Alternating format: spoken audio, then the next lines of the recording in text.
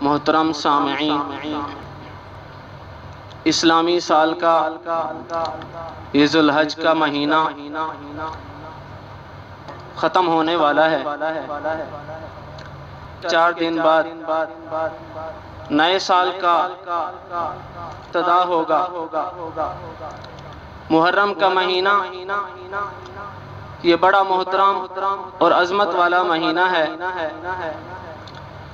محرم کے معنی ہی محترم اور عظمت کے ہیں۔ محرم الحرام یعنی عظمت والا، محترم مہینہ احترام والا۔ اہل عرب تو زمانہ جاہلیت کے اندر ہی اس مہینے کی تعظیم کیا کرتے تھے۔ 4 مہینے جنہیں اشہر حرم کہا جاتا ہے، یعنی رجب، محرم، ذوالقعدہ اور ذوالحج، ان 4 مہینوں کو بڑے احترام کی نگاہ سے دیکھتے تھے۔ اپنے اندر قتل و غارت کو اس مہینے کے اندر حرام سمجھتے تھے، یعنی جو ان کی لڑائیاں وغیرہ ہوتی تھیں اس مہینے کے احترام کی وجہ سے وہ ختم کر دیا کرتے تھے۔ آپس میں گالی گلوچ اور طعن و تشنیع کو اس مہینے کے اندر اس کی حرمت کی وجہ سے اس کو ختم کر دیا کرتے تھے۔ لیکن ظہور اسلام کے بعد اس مہینے کی عظمت اور بھی زیادہ بڑھ گئی۔ آپ صلی اللہ علیہ وسلم نے ارشاد فرمایا، رمضان المبارک کے روزوں کے بعد سب سے افضل روزے وہ محرم کے روزے ہیں۔ اسی طرح سیدہ عائشہ رضی اللہ تعالیٰ عنہ ارشاد فرماتی ہیں کہ رمضان المبارک کے روزوں کے فرض ہونے سے پہلے محرم کا روزہ یعنی عاشوراء کا روزہ یہ اس امت محمدیہ صلی اللہ علیہ وسلم پر فرض تھا۔ لیکن جب رمضان المبارک کے روزوں کی فرضیت کا حکم نازل ہوا تو پھر آپ صلی اللہ علیہ وسلم نے ارشاد فرمایا، اب کوئی چاہے تو یہ روزہ رکھ لے، اگر چاہے تو اس کو چھوڑ دے۔ حضرت عبداللہ بن عباس رضی اللہ تعالیٰ عنہما ارشاد فرماتے ہیں کہ جب آپ صلی اللہ علیہ وسلم مکہ سے مدینہ کی طرف ہجرت کر کے گئے تو وہاں یہود کو دیکھا کہ وہ عاشوراء کا روزہ رکھ رہے ہیں۔ آپ نے پوچھا تو کہنے لگے یہ بڑا برکت والا مہینہ ہے، اس مہینے کے اندر سیدنا موسیٰ علیہ السلام اور بنی اسرائیل کو ان کے دشمنوں سے نجات ملی تھی، اس لیے ہم اس کے احترام میں یہ روزہ رکھتے ہیں۔ تو آپ صلی اللہ علیہ وسلم نے خود بھی روزہ رکھا اور روزہ رکھنے کا حکم بھی ارشاد فرمایا۔ لیکن اگلے سال آپ صلی اللہ علیہ وسلم نے ایک روزے کا اضافہ فرمایا کہ کہیں یہود کے ساتھ مشابہت نہ ہو جائے کہ 10 محرم کے ساتھ 9 کا یا 11 کا ایک روزہ اور بھی رکھ لیا جائے تاکہ ان کے ساتھ مشابہت بھی نہ ہو اور ثواب میں کمی بھی نہ آئے۔ یعنی یہ مہینہ بڑا برکتوں والا ہے، بڑا محترم ہے۔ اس مہینے کے اندر بہت سارے واقعات رونما ہوئے۔ لکھا ہے کہ جب اللہ رب العزت نے حضرت آدم علیہ السلام کا خمیر بنایا تو وہ یہی محرم کا مہینہ تھا۔ جب ان کو پیدا کیا تو محرم کا مہینہ تھا۔ جب فرشتوں سے ان کو سجدہ کروایا تو محرم کا مہینہ تھا۔ جب حضرت ابراہیم علیہ السلام کو آگ کے چیخے سے نکالا گیا تو محرم کا مہینہ تھا۔ حضرت نوح علیہ السلام کی کشتی جب جودی پہاڑ پر ٹھہری تو وہ بھی محرم کا مہینہ تھا طوفان نوح کے بعد۔ اسی طرح جب حضرت یونس علیہ السلام مچھلی کے پیٹ سے نکلے تو وہ بھی محرم کا مہینہ تھا۔ الغرض اس مہینے کے اندر بہت سارے واقعات رونما ہوئے۔ انہی میں سے ایک واقعہ خلیفہ ثانی امیر المؤمنین سیدنا فاروق اعظم رضی اللہ تعالیٰ عنہ کی شہادت ہے۔ آپ کا اسم مبارک عمر، آپ کا لقب فاروق، آپ کی کنیت ابو حفص۔ آپ واقعہ فیل کے تقریباً 13 سال بعد آپ کی پیدائش ہوئی اور نبوت کے چھٹے سال 27 سال کی عمر میں آپ مشرف با اسلام ہوئے۔ آپ سے پہلے 40 مرد اور 11 عورتیں مسلمان ہو چکی تھیں۔ آپ کے اسلام لانے سے اسلام کو اور مسلمانوں کو بہت زیادہ قوت ملی۔ جب آپ اسلام لائے تو اس وقت ہادی برحق علیہ السلام اور آپ کے ساتھی وہ چھپ کر عبادت کیا کرتے تھے، چھپ کر نماز پڑھتے تھے، لیکن آپ رضی اللہ تعالیٰ عنہ کے ایمان لانے کے بعد مسلمان کھلے عام عبادت کرنے لگے، بیت اللہ میں نماز پڑھنے لگے۔ آپ رضی اللہ تعالیٰ عنہ پہلے شخص تھے جنہوں نے بیت اللہ کا دروازہ کھولا۔ آپ رضی اللہ تعالیٰ عنہ پہلے شخص تھے جنہوں نے کھلم کھلا اسلام قبول کیا اور کھلم کھلا آپ نے ہجرت کی۔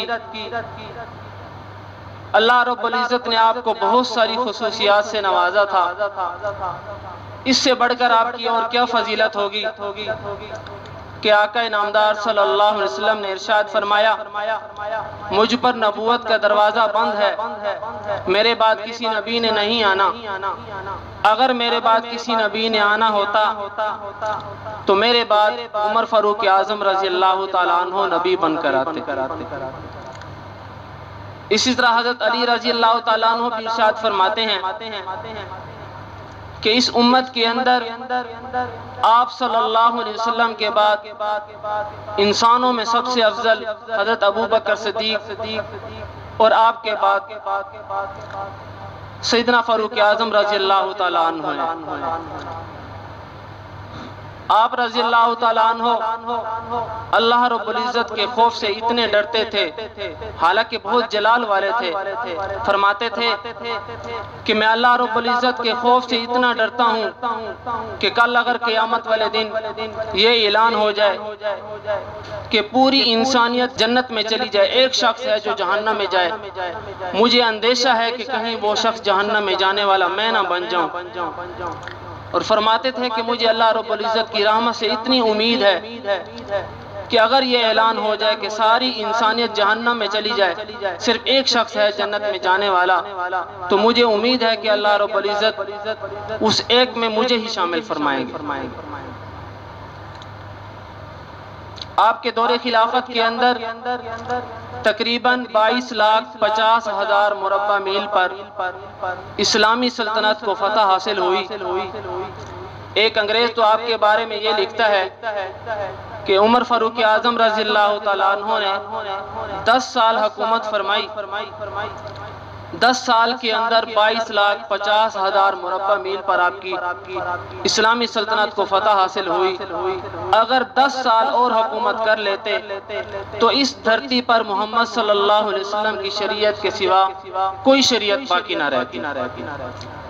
یعنی 10 سال کے اندر انہوں نے جتنی اسلامی فتوحات حاصل کی، اس 10 سال کے اندازے سے انہوں نے یہ لکھا کہ اگر 10 سال اور حکومت کر لیتے تو اتنی فتوحات حاصل کرتے کہ اس دھرتی پر کوئی محمد صلی اللہ علیہ وسلم کا نام لینے کے سوا کوئی باقی نہ رہتا۔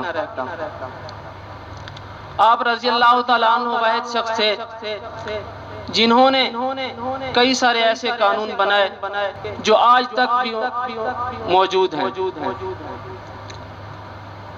حضرات محترم، حضرت عمر فاروق اعظم رضی اللہ تعالیٰ عنہ آپ کے اسلام لانے کا مختصر واقعہ یہ ہے کہ ابو جہل کی ترغیب کے بعد نعوذ باللہ آپ کو قتل کرنے کے ارادے سے گھر سے نکلے تلوار لے کر۔ راستے میں ایک صحابی سے ملاقات ہوئی، انہوں نے تیور دیکھ کر پوچھا کہ کہاں جا رہے ہو؟ کہنے لگے کہ نعوذ باللہ محمد صلی اللہ علیہ وسلم کی گردن اڑانے جا رہا ہوں۔ تو وہ کہنے لگے کہ پہلے اپنے گھر کی خبر تو لو، آپ کی بہن فاطمہ اور آپ کے بہنوئی مسلمان ہو چکے ہیں، پہلے اپنے گھر کی خبر تو لو پھر آگے جانا۔ تو غصے سے واپس لوٹے اور اپنے گھر میں آ کر اپنے بہنوئی کو مارنا شروع کر دیا، اتنا مارا کہ لہولہان کر دیا۔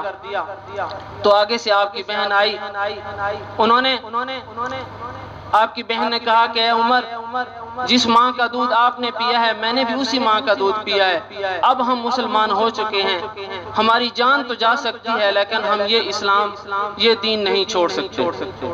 جب انہوں نے اپنی بہن کے اس جوش اور جذبے کو دیکھا تو فرمایا وہ کون سی کتاب ہے جو تم پڑھ رہے تھے، ذرا مجھے سناؤ، میرے پاس لے آؤ۔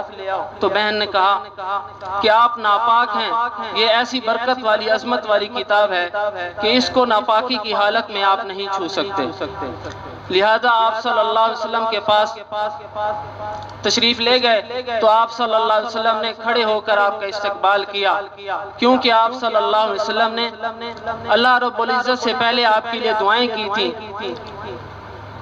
تو آپ کی دعا کی قبولیت کی یہ نشانی تھی۔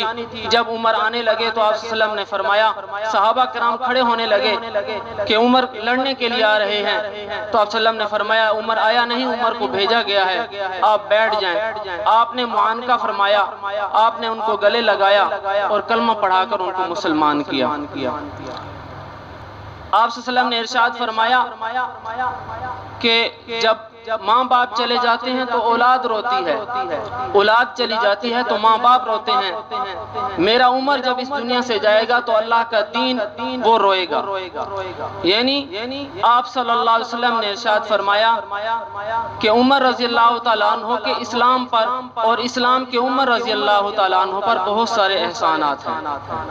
اس لیے دعا ہے کہ اللہ رب العزت ہمیں تمام صحابہ کرام رضی اللہ تعالیٰ عنہم اجمعین کے نقش قدم پر اور ان کی عزت و احترام کرنے کی توفیق عطا فرمائے۔